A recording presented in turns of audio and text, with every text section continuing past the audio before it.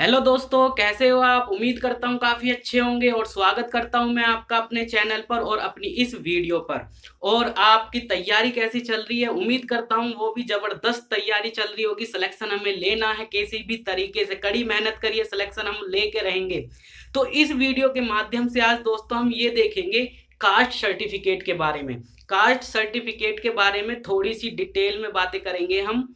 तो इसमें जो वैकेंसी है हमारी राजस्थान में कंप्यूटर इंस्ट्रक्टर या बेसिक या सीनियर किसी की भी बात कर लो। तो इसमें जब फॉर्म फिल किए गए थे तो उसमें सर्टिफिकेट मांगे जाते हैं। कोई भी फॉर्म फिल किया जाता है तो सर्टिफिकेट मांगा जाता है। तो इस एग्जाम के लिए कौन कौन से सर्टिफिकेट वैलिड होंगे तो ये मैं आपको बताऊंगा। तो वीडियो स्टार्ट करते हैं। तो सबसे पहले बात करते हैं एससी कैटेगरी के लिए।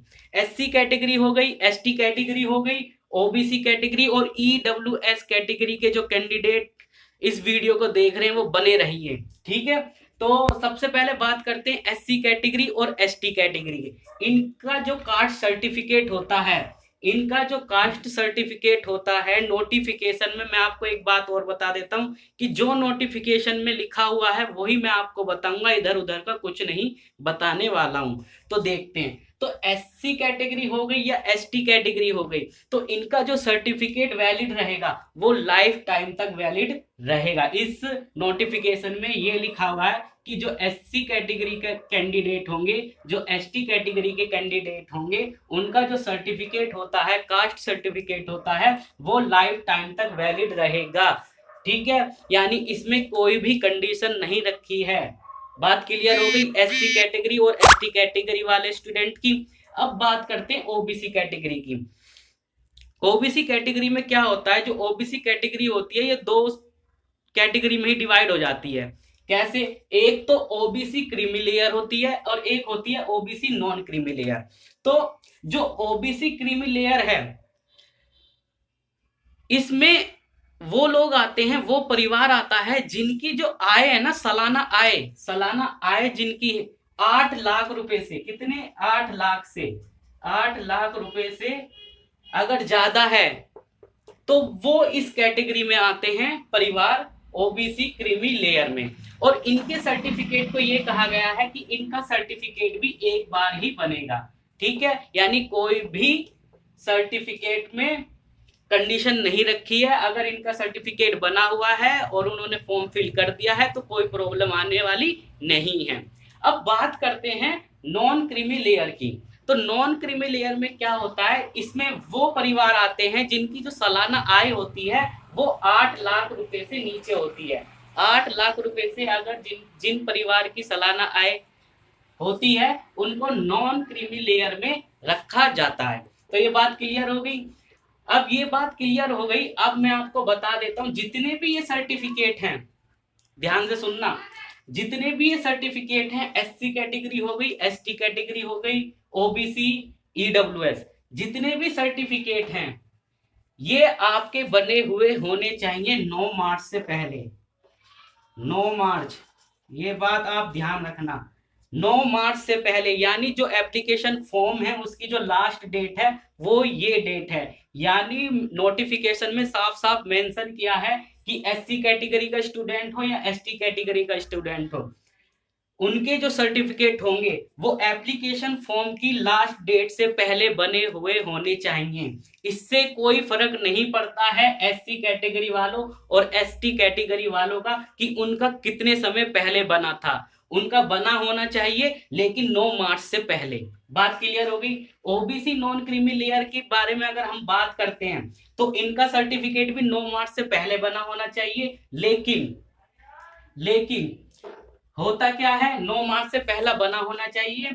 और कौन से परिवार आते हैं, 8 लाख से नीचे जो परिवार आते हैं जिनकी सालाना आय होती है वो इस कैटेगरी में आते हैं। तो इनका जो सर्टिफिकेट होता है वो 1 साल के लिए वैलिड होता है। कितने साल के लिए? 1 साल के लिए वैलिड होता है।